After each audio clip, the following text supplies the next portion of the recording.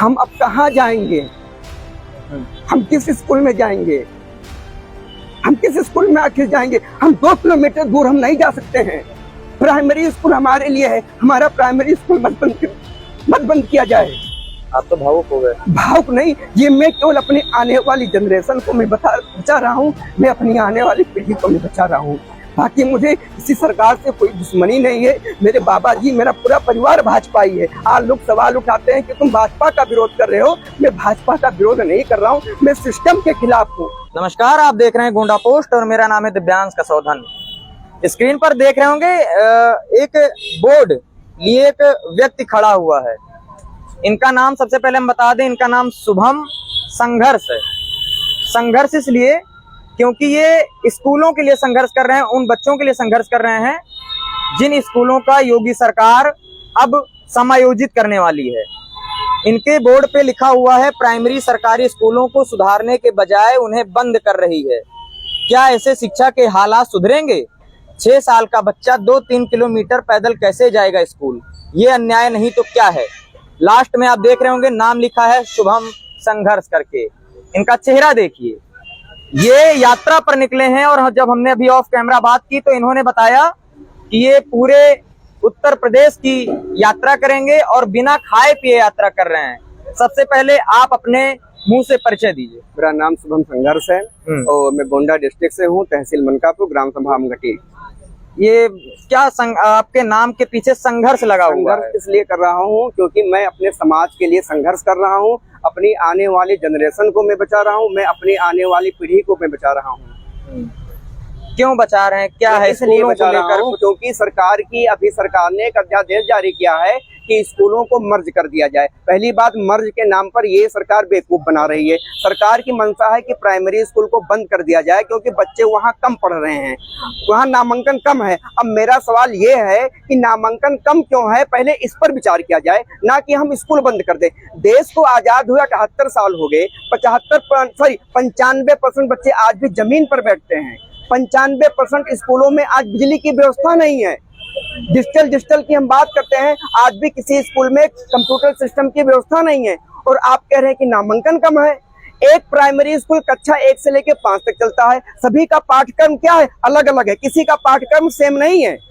अध्यापक कितने हैं? 1-2। अब आप मुझे बताइए, एक अकेला अध्यापक या 2 अध्यापक पहले किसी को मतलब कक्षा 1 वाले को पढ़ाए कि कक्षा 2 वाले को पढ़ाए, फिर कक्षा 3 वाले को पढ़ाए, फिर कक्षा 4 वाले को पढ़ाए। और वही शिक्षक इलेक्शन ड्यूटी में जाए, वही शिक्षक पोलियो अभियान में भी जाए, वही शिक्षक मिड डे मील का राशन लाए। और वही शिक्षक जब किसी कुर्सी पर बैठकर सुस्ताने लगता है ना, तो हमारा समाज क्या करता है? फोटो खींच के सोशल मीडिया पे डाल देता है कि यह है असली शिक्षक की तस्वीर। लेकिन उसके पीछे किसी ने उसकी दर्द जानने की कोशिश नहीं की कि इसके पीछे का दर्द क्या है। एक छोटा सा भी सरकारी विभाग है, छोटा सा भी कार्यालय है, वहाँ बाबू की व्यवस्था है, वहाँ चपरासी की व्यवस्था है। पानी लाने वाले अलग चपरासी, रजिस्टर लाने वाला अलग, पोछा लगाने वाला अलग। प्राथमिक स्कूलों में, प्राइमरी स्कूलों में देश को आजाद हुए 78 साल हो गया, लेकिन आज भी एक चपरासी की व्यवस्था नहीं हो पाई। आज तक एक बाबू की नियुक्ति नहीं हो पाई। तो क्या आप स्कूलों को मर्ज कर देंगे? पहले स्कूलों के हालात को सुधारिए ना। और यही काम पंजाब हरियाणा में भी हुआ था। 300 स्कूलों को बंद कर दिया गया था। 20,000 शिक्षकों की पोस्ट हटा दी गई। आज भी 38,000 पोस्ट खाली है, आप गूगल कर लीजिए। असम में क्या हुआ था? 24 स्कूलों को इसलिए बंद कर दिया गया क्योंकि वहां के बच्चे बोर्ड में फेल हो गए थे। तो क्या बच्चों के हार पे हम स्कूल बंद कर देंगे? लोग कहते हैं कि सरकारी अध्यापक पढ़ाते नहीं हैं, लेकिन मैं कहता हूं ना कि एक सरकारी अध्यापक, एक प्राइमरी का अध्यापक जो है ना, वो आपके बच्चों को डीएम एसडीएम बनाने की काबिलियत रखता है। लेकिन पहले उसको आप फ्री तो करिए, उसको सुविधाएं तो दीजिए। केंद्रीय स्कूल आप देख रहे हैं, वो भी तो सरकारी है, केंद्र सरकार से अटैच है, सारी व्यवस्थाएं अवेलेबल है। लोग 50-50 हजार रुपए लेके खड़े हैं कि हमारे बच्चे का एडमिशन हो जाए। तो क्या राज्य सरकार प्राथमिक स्कूलों को नहीं सुधार सकती है? 3-4 रूम को व्यवस्थित ढंग से नहीं बना सकती है? बरसात का मौसम है, आज भी जाएंगे तो प्राइमरी स्कूल के फील्ड के सामने आज भी पानी भरा हुआ है। गरीबों की बात करते हैं, गरीब कहाँ जाएगा बेचारा? आप कहते हो स्कूलों को हम मर्ज कर देंगे, तो 6 साल का अगर कोई लड़का है और कक्षा 1 में एडमिशन ले रहा है भाई साहब, तो वो 2-3 किलोमीटर पैदल कैसे चल कर जाएगा? मेरा केवल यही सवाल कोई मुझे यही जवाब चाहिए। नहीं नहीं, आप स्कूल बंद करने की बात कर रहे हैं, लेकिन योगी सरकार कह रही है समायोजित कर रही है। समायोजित के नाम पे वो केवल बेवकूफ बना रही है। और मैं कह रहा हूं, मैं डंके के चोट पे कहा हूं कि जो भी मैंने कहा है वो सत्य साबित हुआ है। आज ये प्राथमिक स्कूल बंद कर रहे हैं मर्ज के नाम पर, कल को ये आंगनबाड़ी भी बंद करेंगे, कल को ये जूनियर हाई स्कूल भी बंद कर देंगे। और ये हमारी जो व्यवस्था है ना भैया, ये पूंजीपतियों के हाथ में चली जाएगी। वो अपने अनुसार हमको नचाएंगे, और जब गांव के बच्चे पढ़ नहीं पाएंगे ना बाबू, तो वो केवल एक ही रास्ता अपनाएंगे, अपराध, और अपराध हमें गुलामी की तरफ लेकर जाएगा। तो ये यात्रा जो है ये हमारी यात्रा है अखंड उत्तर प्रदेश। जब तक हमारे प्राणों में जान है, जब तक हमारी सांसें चल रही है, तब तक हम लोगों को जगाने का प्रयास कर रहे हैं। और सबसे अहम बात ये देखिए, अभी 80% लोगों को ये पता ही नहीं है कि हमारे गांव का प्राइमरी स्कूल बंद हो जाएगा। यार एक बात दिल से सोचिए, फंडामेंटल राइट में हमारे शिक्षा का अधिकार है, शिक्षा का अधिकार है कि हर बच्चे को उसको शिक्षा मिलनी चाहिए। अरे स्कूल में चाहे 10 बच्चे हों, चाहे 20 बच्चे हों, उनको पढ़ाने दीजिए ना। एक संस्था बनी बनाई बिल्डिंग आप उसको बंद करने जा रहे हो। कल तुम कहोगे हॉस्पिटल में मरीज नहीं अच्छे होते हैं, हॉस्पिटल बंद कर दो। थाने में अपराधी नहीं आते हैं, थाना बंद कर दो। पोस्ट ऑफिस बंद कर दो। तो क्या किसी संस्था को बंद करने से सारी समस्याएं हल हो जाएंगी? आप मुझे ये बताइए, कंपोजिट शराब के ठेके पूरे उत्तर प्रदेश में शराब की नदियां बह रही हैं यार। पहले देसी अलग मिलता था, विदेशी अलग मिलता था, अंग्रेजी अलग मिलता था। आज क्या है, देसी बियर अंग्रेजी सब एक ही जगह मिल रही है। और किस जगह मिल रही है आप मुझे बताइए, किस जगह मिल रही है? भरे चौराहे पे, भरे मार्केट में। मैं डंके के चोट पर कहता हूं, आप पूरे गोंडा नहीं पूरे उत्तर प्रदेश का सर्वे कर लीजिए ना। जिस तरह इन्होंने प्रसाद की तरह लाइसेंस बांटे हैं ना, ये समाज को एकदम अपराध के रास्ते पे लेके जाने का काम कर रही है। और अपराध की अगर शुरुआत होती है ना, तो वो शराब के ठेके से शुरुआत होती है। अपराध की बात कर रहे हैं, उत्तर प्रदेश के योगी आदित्यनाथ जो मुख्यमंत्री हैं जी, वो जीरो टॉलरेंस की नीति अपना रहे हैं। वही अपना रहे हैं। हमें सरकार से कोई दुश्मनी नहीं है, जहां वो अच्छा काम कर रही है मैं तारीफ कर रहा हूं। अभी योगा दिवस मनाया गया, हमने कहा कि मोदी जी की देन है कि विश्व स्तर पे आज योगा दिवस मनाया जा रहा है। लेकिन अब उसके बदले हमको दबाओगे थोड़े ना, आप उसको उपलब्धि थोड़े ना बताओगे। हम आपको चुनते हैं ना, ये लोकतंत्र है। हम आपको चुनते हैं अपने अच्छे के लिए। आप आते हो माइक पे खड़े हो तो मैंने ये कर दिया, गरीबों के लिए क्या किया? क्या ऐसे ही गरीबों की लड़ाई आप लड़ोगे? भाई साहब, जो गरीब, मान लीजिए मैं संपन्न हूँ, मैं अपने बच्चे को, अपनी फैमिली को कॉन्वेंट स्कूल में पढ़ा सकता हूँ, लेकिन जो आदमी गरीब है, जो 300 रुपए की दिहाड़ी की मजदूरी करता है, वो अपने बच्चे को कॉन्वेंट स्कूलों में कैसे पढ़ाएगा यार? योगी सरकार तो सबको रोजगार दे रही है, राशन दे रही है, आप गरीबी की बात कर रहे हैं। राशन नहीं दे रही, ये एक प्रकार का शोषण है। देखिए हमारा देश क्यों गुलाम रहा 200 वर्षों तक, ये भी फैक्ट सुन लीजिए। 95% हिंदुस्तानियों ने सपोर्ट किया था अंग्रेजों का, 5% लोगों ने नहीं सपोर्ट किया था। 5% में थे कौन? भगत सिंह, राजगुरु, खुदीराम बोस, महात्मा गांधी, अम्बेडकर साहब। इन लोगों के पास धन वैभव की संपत्ति मतलब कमी नहीं थी। अगर ये 5% ये सोच लेते कि भैया जब ये 95 नहीं बोलने जा रहे हैं तो हम 5% क्यों बोलने जाएं? लेकिन उन्हें इस चीज को पता था कि अगर हमने आवाज नहीं उठाई तो आने वाली स्थिति हमारी बहुत भयावह हो जाएगी। और शायद वो 5% अगर आवाज ना उठाते ना, तो हम आज 10-12 लोग यहाँ खड़े ना होते, देश की स्थिति कुछ और होती, देश का इतिहास कुछ और होता आज।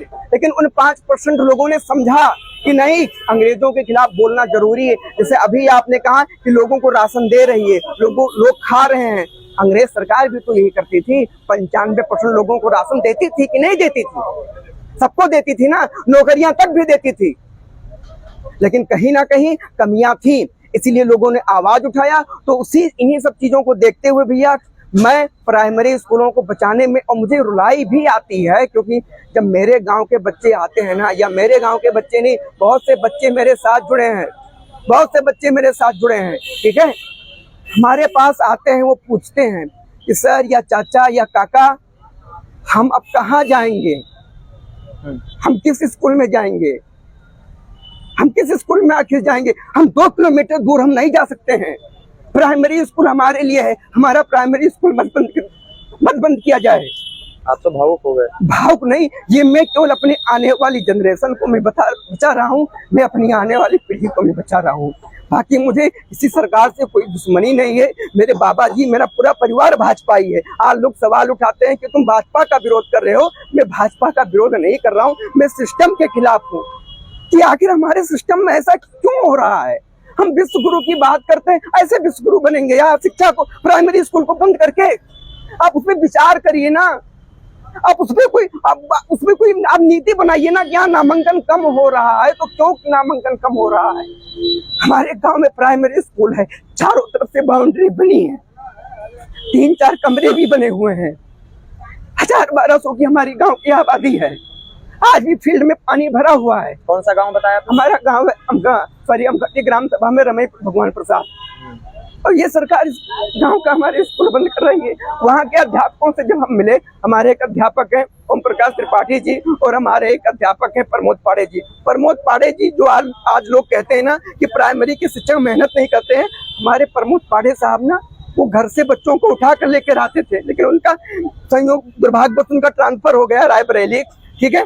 घर से बच्चों को उठा कर लेके आते थे। तो आप स्कूलों को सुधारिए ना, तब तो बच्चे आएंगे। ये यात्रा कब से शुरू की है आपने? ये यात्रा हमारा 3-4 दिन से चल रहा है। समय मुझे नहीं याद है कि यात्रा कब से हमारी चल रही है। कहाँ तक जाएंगे? ये अखंड उत्तर प्रदेश का हमारा पैदल जन आंदोलन है। इसके लिए हमें चाहे प्राणों की आहुति देनी पड़े। तो मैं सरकार से मैं कहना चाहता हूँ कि अगर हमारे गांव के स्कूलों की तरफ हाथ लगाया गया तो मैं आत्मदाह कर दूंगा। हमारे गांव के स्कूलों को अगर हाथ लगाया गया, हमारे गांव के स्कूलों को मर्ज किया गया, क्योंकि हमारे गांव के जितने भी प्राइमरी, मिडिल, जूनियर, राजकीय हैं, सब 2-3 किलोमीटर की डिस्टेंस में हमारे गांव का गरीब बच्चा स्कूल नहीं जा सकता है।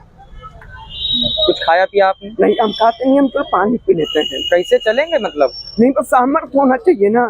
तबीयत खराब हो जाएगी। तबीयत नहीं, आप लोगों का आशीर्वाद रहेगा। हमारे साथ जुड़े जो हमारे बच्चे हैं, मेरे साथ कोई बहुत बड़ी शक्ति नहीं है, मेरे पास कोई पीछे पॉलिटिकल बैकग्राउंड कोई नहीं है। आज तक आपने चेहरा नहीं देखा होगा। हाँ, फेसबुक पे कभी वीडियो वगैरह हमारी आपने देखी होगी।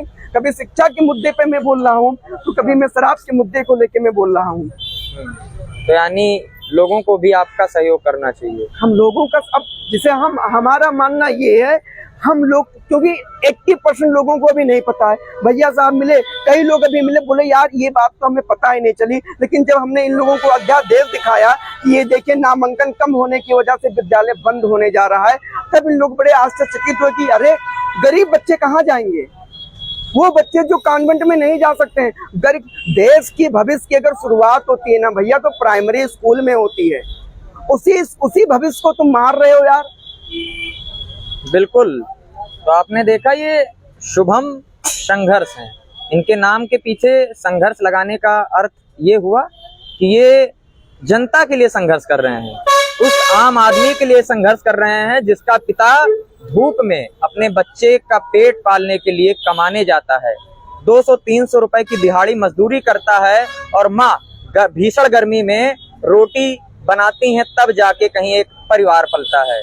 योगी सरकार अभी हाल ही में 5,000, करीब 5,000 पूरे प्रदेश में 5,000 विद्यालयों को मर्ज करने की यानी समायोजित करने की तैयारी कर रही है। उसी के खिलाफ ये जो है पूरे अखंड उत्तर प्रदेश की यात्रा पर निकले हैं।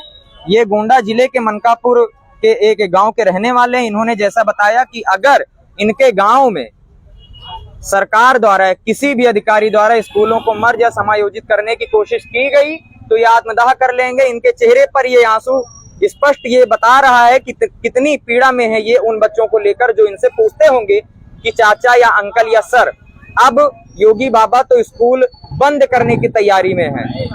ये दुख इनके चेहरे पर स्पष्ट रूप से झलक रहा है।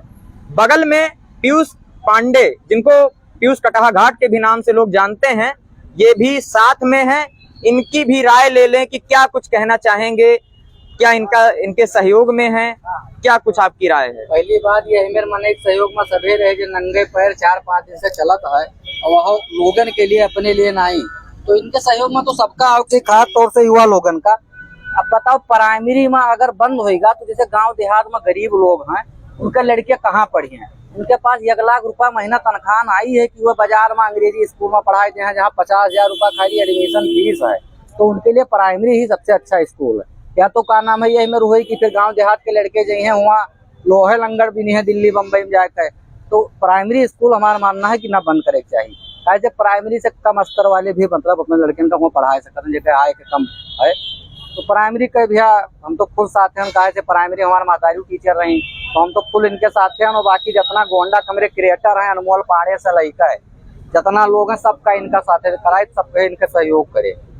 नंगे पैर चल रहे हैं ये, नंगे पैर चलिए तो हम लोग चला जाइए, तो हम पाछे थोड़ा है, साथ में है ये काम में तो हम सदैव साथ हैं। साथ में है। हाँ साथ हैं हम। ये देख लीजिए, ये टीम खड़ी हुई है, पीयूष पांडे की टीम है। सबसे पहले चेहरा देख लीजिए भैया, साथ में है सब लोग साथ में। ये शुभम को देखने के लिए भीड़ लगी हुई है। ये वही लोग हैं जो इनका साथ देंगे और जो योगी सरकार स्कूलों को समायोजित करने की तैयारी में है। पहली बात, उनके 1 लाख रुपया तनख्वाह गाँव में नहीं लगे ना ही है। जैसे जो मजदूरी करता है यूपी बिहार देश चलावत है, तो वैसे बेचारे का नाम है हुआ कमाए तो हुआ खाए, किरावा दिए कमरा का। तो फिर अपने लड़का के एडमिशन शहर के स्कूल में कहाँ कराए पाए, जो अपना वीआईपी स्कूल है, 1,50,000 रुपया फीस ही। तो प्राइमरी में ही हुए पढ़ाए पाए, तो प्राइमरी में शिक्षा भी मिलती है। अब पहले वाला जमाना गवा की ऊन बीनत रही, अब पढ़ाई होती है। अब तो नए नए टीचर जब जाते हैं सब पढ़ावत हैं। तो प्राइमरी स्कूल तो कतई ना बंद हो चाहिए। तो बेरोजगारी वैसे चरम पर है और हो जाए। तो आपने पीयूष पांडे, जिनको कटाघाट भी कहते हैं, पीयूष पांडे कटाघाट की राय भी सुनी और शुभम संघर्ष के साथ ये है। मैं और कहना चाहूंगा जी कि आज सरकार जो है, एक बात मैं और कहना चाहूंगा कि आज सरकार प्राथमिक स्कूल बंद करने जा रही है। आज स्कूल बंद कर देगी मुझे पता है, लेकिन एक समय ऐसा आएगा ना कि ये शिक्षकों को भी हटा देंगे, कहेंगे हमें इतनी शिक्षकों की जरूरत ही नहीं है, हम क्यों रखें। और सरकार की यही मंशा है, गरीब दबे कुचले को ये उठना नहीं चाहती है कि ये ना उठे और ये सिस्टम से सवाल ना पूछे। सरकार की साफ यही मंशा है भैया। क्या निवेदन करेंगे अभी? मैं निवेदन यही करता हूँ, ये मेरे कोई गांव के स्कूल का सवाल नहीं है। मैं ना तो गवर्नमेंट टीचर हूँ और ना तो मेरे फैमिली में कोई गवर्नमेंट टीचर है और ना तो मेरे माँ बाप गवर्नमेंट टीचर थे कभी। मैं केवल यही सरकार से निवेदन करता हूँ कि किसी भी स्कूल को मर्ज ना किया जाए, बल्कि उसकी व्यवस्था को सुधारा जाए, स्कूल को इम्प्रूवमेंट किया जाए। लाइट नहीं है, लाइट की व्यवस्था करवाएं, बेंच की व्यवस्था करवाएं, ठीक है, कंप्यूटर की व्यवस्था करवाएं। इन सब सारी चीजों से तब जाके नामांकन बढ़ेगा। और सबसे खास बात, शिक्षक के कंधे का बोझ कम किया जाए यार। एक छोटा सा भी कार्यालय है, वहाँ भी चपरासी बाबू सब हैं। बस मेरी यही विनती है कि प्राइमरी स्कूलों को बंद ना किया जाए, केवल उनको व्यवस्थित ढंग से इम्प्रूवमेंट किया जाए। यात्रा कब तक चलेगी? ये यात्रा जब तक हमारी प्राण चलती है, जब तक हमारी सांस चल रही है, तब तक यात्रा हमारी चलती रहेगी।